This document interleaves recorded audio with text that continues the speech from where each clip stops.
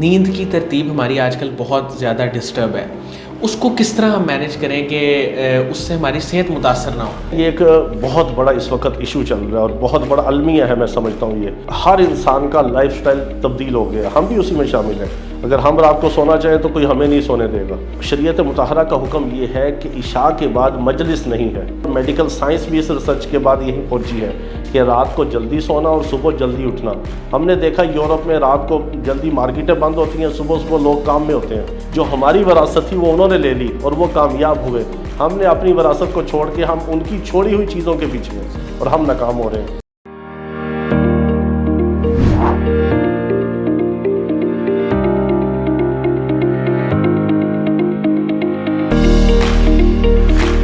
السلام علیکم ناظرین، شیئرنگ آف پروفیشنل وزڈم کے ساتھ میں ہوں آپ کا میزبان علی رحمان خالد۔ ناظرین، آج جو مہمان ہمارے ساتھ موجود ہیں حکیم محمود توحیدی صاحب، ان کو پیر محمود توحیدی صاحب بھی کہتے ہیں۔ ان کا علم و حکمت سے بڑا گہرا تعلق ہے، وابستگی ہے۔ یہ لوگوں کا علاج بھی کرتے ہیں وظائف کے ذریعے بھی، اور دوسرا یہ سیرت کی روشنی میں آج ہمیں بتائیں گے کہ سادہ خوراک، سادہ غذا اور جو سادہ طرز زندگی ہے اس کی کیا افادیت ہے۔ اور آج کل جو ہمارے بہت سارے مسائل ہیں اس میں ظاہر ہے کہ ہماری جتنی بھی بیماریاں ہیں، ہمارے معدے کے مسائل ہیں، جگر کے امراض ہیں، یا جو بھی ایسی کہہ لیں کہ صحت کے جتنے بھی مسائل ہیں، اس کی بنیادی وجہ کیا ہے اور ہم اپنے طرز زندگی کو کس طرح بہتر کر سکتے ہیں، سادہ کر سکتے ہیں اور اچھا کر سکتے ہیں، جس سے یہ بیماریاں بھی ختم ہو جائیں اور ہماری زندگی بھی آسان ہو جائے۔ السلام علیکم حکیم محمود صاحب، کیسے ہیں آپ؟ وعلیکم السلام ورحمۃ اللہ وبرکاتہ۔ سر، میں آغاز یہاں سے کروں گا کہ علاج بالغذا،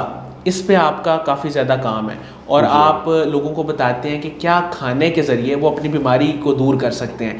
تو سر یہ مجھے بتائیں کہ یہ جو علم ہے یہ آپ نے کب اور کہاں سے سیکھا، اور پھر اس کے بعد آپ لوگوں کو کس طرح بتاتے ہیں؟ بسم اللہ الرحمن الرحیم، الحمدللہ وحدہ والصلاۃ والسلام علی من لا نبی بعدہ۔ بہت شکریہ آپ کا، اور بھائی قاسم علی شاہ صاحب کا بھی بہت شکریہ کہ ان کے حکم پہ یہاں پہ حاضری ہوئی۔ اللہ تعالیٰ ان کو بھی خیر و برکت اور ترقی عطا فرمائے۔ تو گزارش یہ ہے کہ سب سے پہلے جو علاج بالغذا کے حوالے سے ہم جو بات کرتے ہیں، ایک تو ہمارے طبیہ کالجز میں جو پڑھایا جاتا ہے، جتنا ہر طبیب کو عام پڑھایا جاتا ہے طب یونانی کے اندر، وہ ایک نارمل سا ہوتا ہے۔ اس کے علاوہ پھر بہت سارے ایسے اطباء کرام ہیں کہ جو علاج بالغذا کے حوالے سے، نیوٹریشن کے حوالے سے، جن کے اسپیشل جن کا ٹاپک ہے یہ اور اس پہ وہ کام کر رہے ہیں، جن کی اس پہ ریسرچ ہے اور پھر ان کے تجربات ہیں۔ پھر بعض ایسے لوگ ہیں کہ جن کا ایک زندگی کا مشن ہے کہ کس طرح لوگوں کو دوائیوں سے بچایا جائے، کیمیکل سے، اسٹیرائڈ سے، ہر قسم کی نشاور اور سائیڈ افیکٹ والی ادویات سے بچایا جائے اور غذا کے ساتھ علاج کیا جائے۔ یہ عام ایک چیز ہے۔ دیکھیں، ہم بیمار کیوں ہوتے ہیں، کیسے ہوتے ہیں؟ کہ جب ہماری غذا کا ہمیں علم نہیں کہ ہم کیا کھا رہے ہیں، کس طرح کھا رہے ہیں۔ میں اکثر ایک بات کرتا ہوتا ہوں کہ ہم تو چونکہ لاہور والے ہیں تو ہمارے لاہوریوں کا یہ مزاج ہے کہ ہم پائے کھا کے اوپر سے باہر سے چاٹی کی لسی پیتے ہیں۔ تو جب پائے کھا کے چاٹی کی لسی انسان پیتا ہے تو پھر ظاہر ہے کہ وین کے اندر پھر کولیسٹرول جمنا ہے، پھر ہارٹ اٹیک ہونا ہے، بلاکیج ہونی ہے۔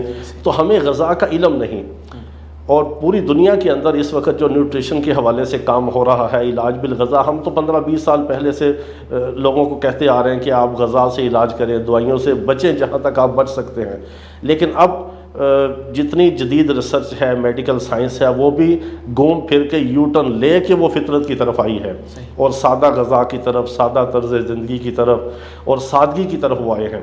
اور ہماری یہ سادگی تو ہمیں وراثت میں ملی ہے 1400 سال پہلے۔ ہمارے آقا علیہ الصلوۃ والسلام کا جو فرمان عالی شان ہے، احادیث مبارکہ ہیں، طب نبی صلی اللہ علیہ وسلم کے حوالے سے جو ہمیں چیزیں ملی ہیں، اگر ہم ان کے اوپر چلتے تو آج ہمارا یہ حال نہ ہوتا۔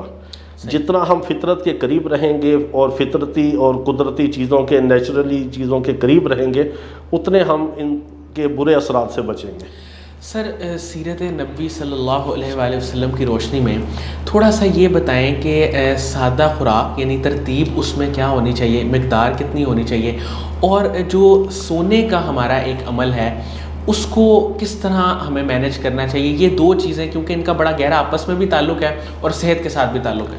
جی، وہ دیکھیں کہ قرآن مقدس کے اندر جو ہمیں حکم دیا گیا، کلوا واشربوا ولا تسرفوا، اس میں پوری طب ہے، کھاؤ پیو اور اسراف نہ کرو۔ اب اسراف میں کیا ہے کہ بد پرہیزی نہ کریں. اس کی بہت زیادہ، اس کی اگر تفسیر میں جائیں تو بہت ایک لمبا، اس پہ پوری ایک بک لکھی جا سکتی ہے ایک اسراف کے لفظ کے اوپر. ہم اپنے مزاج سے ہٹ کے کھائیں گے وہ اسراف ہے، بے اعتدالی سے کھائیں گے، زیادہ کھائیں گے، بہت ساری چیزوں کو ملا کر کھائیں گے اور مضر صحت چیزیں کھائیں گے، یہ سب اسراف میں داخل ہے. اور یہ سب اپنی جان کے اوپر ظلم بھی ہے، اپنی صحت کے ساتھ زیادتی بھی ہے، اور ایک قسم کا یہ صغیرہ گناہ بھی ہے کہ یہ اسراف ہے. دیکھیں انسان اسی وقت بیمار ہوتا ہے جب وہ بد پرہیزی کرتا ہے.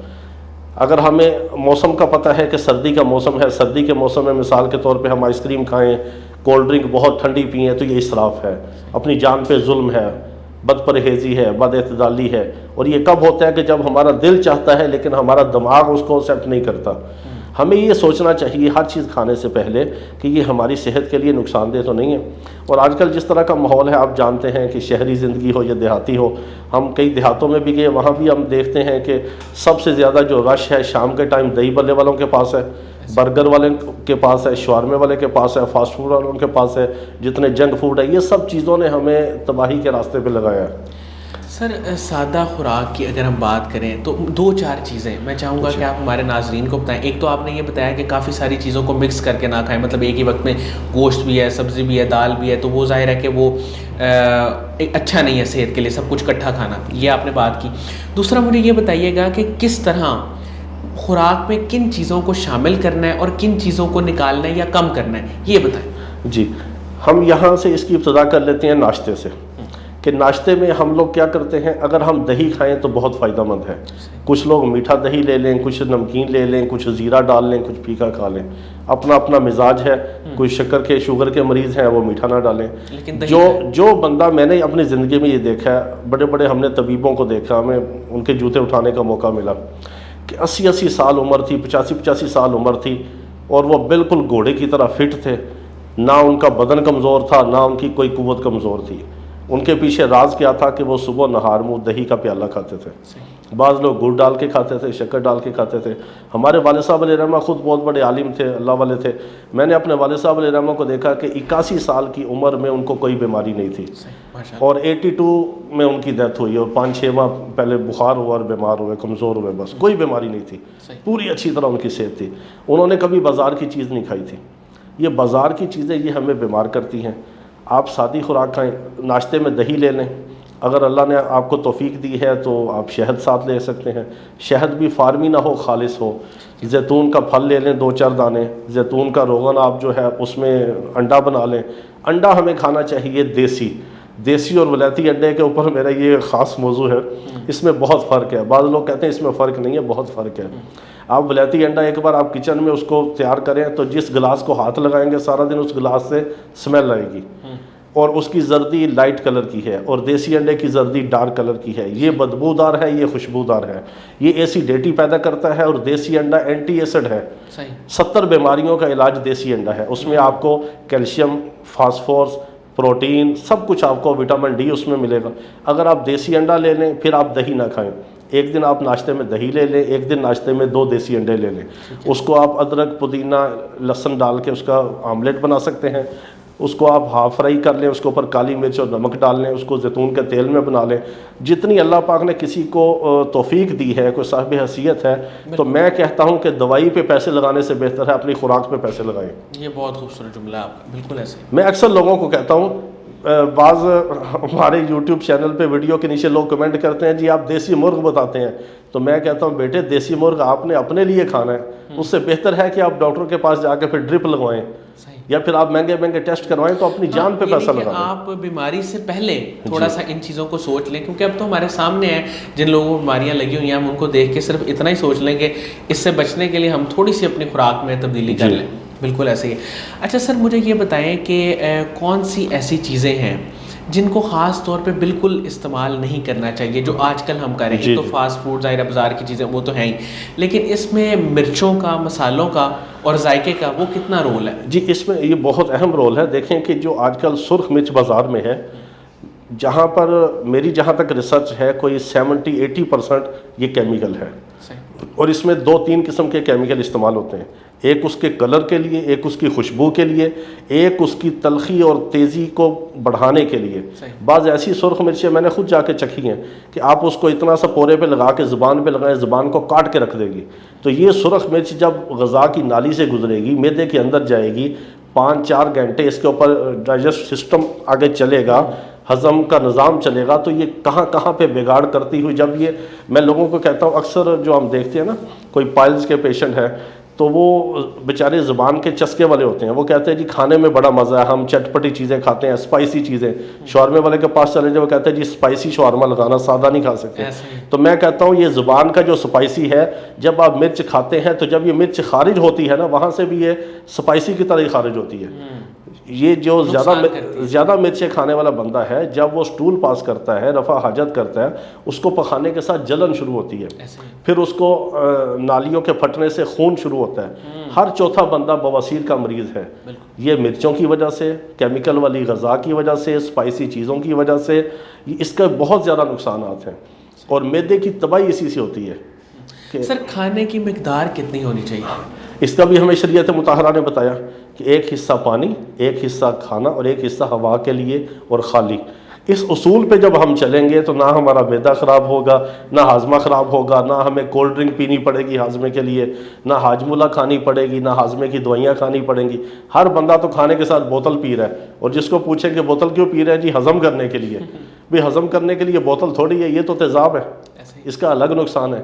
تو جب ہم تھوڑا سا طریقے کے ساتھ کھائیں گے، احتیاط کے ساتھ کھائیں گے کہ ہم بھوک رکھ کے کھائیں، جو اسلامی اصول ہے شریعت مطہرہ کے اندر، کہ آپ کے سانس بھی آئے، کھانا بھی ہضم ہو، اور اس کو معدے کو ورکنگ کے لیے بھی آسانی رہے، تو پھر انسان بیمار نہیں ہوتا۔ کھانے کی مقدار وہی ہے جو شریعت مطہرہ نے بتائی، وہی آج کل میڈیکل سائنس ریسرچ کر کے اسی پہ پہنچی ہے۔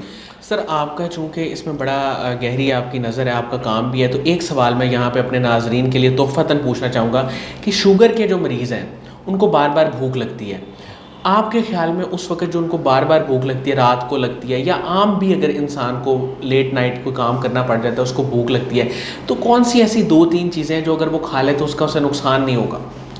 دیکھیں اس میں 2 قسمیں ہیں، ایک تو شوگر لو ہونے کی وجہ سے بھوک لگتی ہے، بعض لوگوں کو شوگر ہائی ہونے کی وجہ سے، ان کی فاسٹنگ یا رینڈم بہت زیادہ ہو۔ 2 قسمیں ہیں اس میں۔ اگر تو لو ہونے کی وجہ سے بھوک لگتی ہے تو ہم انہیں کہتے ہیں کہ آپ اپنے پاس انجیر، منقع، کھجور، یہ چیزیں رکھیں۔ اور اگر ہائی ہونے، ہاں جی، یہ 3-4 قسم کی چیزیں جن میں تھوڑی سی شیرینی ہے، تھوڑی سی مٹھاس ہے اور نیچرلی ہے، یہ سنتھیٹک نہیں ہے، کیمیکل نہیں ہے، اور اس میں وائٹ پوائزن چینی نہیں ہے، اس کا نقصان نہیں ہے۔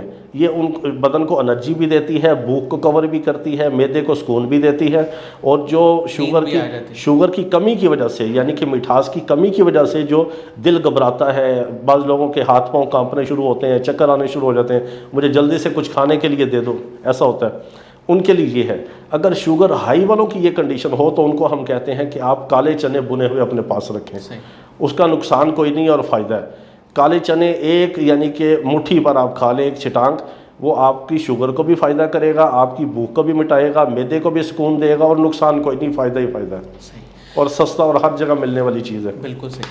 اچھا سر، آخر میں جاننا چاہوں گا کہ نیند کی ترتیب ہماری آج کل بہت زیادہ ڈسٹرب ہے، اس کو کس طرح ہم مینیج کریں کہ اس سے ہماری صحت متاثر نہ ہو؟ دیکھیں یہ ایک بہت بڑا اس وقت ایشو چل رہا ہے، اور بہت بڑا المیہ ہے، میں سمجھتا ہوں یہ کہ ہر انسان کا لائف سٹائل تبدیل ہو گیا، ہم بھی اسی میں شامل ہیں۔ اگر ہم رات کو سونا چاہیں تو کوئی ہمیں نہیں سونے دے گا۔ تو شریعت مطہرہ کا حکم یہ ہے کہ عشاء کے بعد مجلس نہیں ہے، یہ نبی علیہ الصلوۃ والسلام کا فرمان عالی شان بھی ہے کہ عشاء کے بعد مجلس کا ٹائم نہیں ہے، مجلس نہیں لگانی، عشاء کے فوراً بعد سو جائیں تاکہ آپ رات کے آخری حصے میں اٹھ کے تہجد پڑھ سکیں، فجر کی تیاری کر سکیں، اور دن بھر کے کام آپ اچھے طریقے سے انجام دے سکیں۔ شریعت بھی یہی کہتی ہے، اور میڈیکل سائنس بھی اس ریسرچ کے بعد یہی پہنچی ہے کہ رات کو جلدی سونا اور صبح جلدی اٹھنا۔ ہم نے دیکھا یورپ میں رات کو جلدی مارکیٹیں بند ہوتی ہیں، صبح صبح لوگ کام میں ہوتے ہیں، اس لیے وہ 1 گھنٹہ آگے اور 1 گھنٹہ پیچھے کرتے ہیں موسم کے مطابق۔ ہمیں چونکہ یہاں پہ سینس نہیں ہے، ہم کہتے ہیں یہ 1 گھنٹہ آگے اور 1 گھنٹہ پیچھے کیوں گیا؟ وہ ورکنگ ڈے اس ٹائم کو بڑھانے کے لیے اور اس ٹائم میں اپنے کام کو مکمل کرنے کے لیے وہ یورپ والے یہ کرتے ہیں۔ کچھ اسلامی چیزیں انہوں نے اپنا لی ہیں، ہمارا طرز زندگی، ہمارا اسلامی لائف سٹائل، ہماری چیزیں جو ہماری وراثت تھی وہ انہوں نے لے لی اور وہ کامیاب ہوئے. ہم نے اپنی وراثت کو چھوڑ کے ہم ان کی چھوڑی ہوئی چیزوں کے پیچھے ہیں اور ہم ناکام ہو رہے ہیں. سر آپ کے 2 یوٹیوب چینلز بھی ہیں، ایک تو خوراک کے حوالے سے آپ جس میں بتاتے ہیں اور دوسرا وہ ہے جس میں آپ وظائف کے حوالے سے بتاتے ہیں. اچھا میں ایک چیز آپ سے، ایک تو میں چاہوں گا کہ ان دونوں چینلز کا بھی آپ تھوڑا سا بتا دیں، اور دوسرا میں یہ جاننا چاہوں گا کہ آج کل ملک میں معاشی حالات جو ہیں وہ بڑے ڈسٹرب ہیں. مہنگائی کی وجہ سے ہر بندہ جو ہے نا وہ فائنینشلی کہہ لیں کہ وہ چاہتا ہے کہ وہ اپنے آپ کو کس طرح بہتر کرے، گرو کرے. تو اس کے لیے کوئی ایسی خاص چیز، کوئی دعا، کوئی تسبیح جو عمومی طور پہ سب اس کو پڑھ لیں تو اس سے ان کے حالات تھوڑے سے بہتر ہو جائیں، ایک تو یہ، اور دوسرا اپنے چینلز کے بارے میں بتائیں. جی یوٹیوب چینل کے حوالے سے یہ ہے کہ پہلے تو میں اس چیز کا کے مخالف تھا کہ ہمیں یوٹیوب چینل نہیں بنانے چاہیے. مجھے بہت سارے میرے پیشنٹ کہتے تھے، لوگ کہتے تھے، میں کہتا تھا چھوڑو یہ فضول کام ہے، ہمیں اس کی ضرورت نہیں، اس طرف نہیں آنا. لیکن پھر جب ہم نے دیکھا کہ یوٹیوب چینلز کے اوپر بہت زیادہ طوفان بدتمیزی ہے، جاہل قسم کے لوگ ہیں، غلط چیزیں بتا رہے ہیں، وہ چاہے روحانی وظائف کے حوالے سے ہوں یا ڈائٹ کے حوالے سے ہوں یا طب کے حوالے سے ہوں، ایسی چیزیں ہیں کہ جن کا نہ کوئی سر ہے نہ پاؤں ہے، نہ وہ کوئی تجربات کی کسوٹی پہ پرکھی گئی ہوتی تھی یہ چیزیں. اس لیے پھر ہم نے یہ فیصلہ کیا، ہمارے ایک شاگرد ہیں وہی چلا رہے ہیں یوٹیوب چینل، تو میرے پاس تو بس وہ ریکارڈنگ کے لیے بھی ٹائم نہیں نکلتا، پھر کئی دن لیٹ ہو جاتا ہے. تو ہم نے اس لیے بنایا کہ چلے جو اللہ نے ہمیں علم، جو سمجھ دیا وہ ہم لوگوں تک پہنچائیں اور گھر بیٹھے کسی کا فائدہ ہو. کوئی گمراہ جادوگر کے پاس نہ جائے، عاملوں کے پاس، گمراہ لوگوں کے پاس نہ جائیں. اچھے لوگ بھی ہیں، بڑے بڑے علم والے لوگ ہیں، اچھے عامل حضرات ہیں، عالم دین ہیں، اہل علم ہیں، ان کے پاس جانا چاہیے، اپنا علاج کروانا چاہیے، رجوع کرنا چاہیے. اہل علم سے رجوع کا ہمیں حکم بھی ہے. لیکن بعض ایسے لوگ ہیں کہ جو اس چیز کو نہیں جانتے تو ان سے پھر اوائڈ کرنا چاہیے. اس لیے پھر ہم نے یہ یوٹیوب چینل بنائے. اور دوسرا جو آج کل کے معاشی حالات ہیں، اس میں 2-3 چیزیں ہیں بہت اہم جو میں چاہتا ہوں کہ میں ڈسکس کروں. ایک تو یہ ہے کہ جو صاحب حیثیت لوگ ہیں ان کے اوپر زوال اس وجہ سے آتا ہے کہ وہ زکوٰۃ ادا نہیں کرتے. یہ گھر گھر کا رونا ہے. بہنوں کو وراثت میں حصہ نہیں دیتے، رشتہ دار غریب ہیں ان کو نہیں پوچھتے.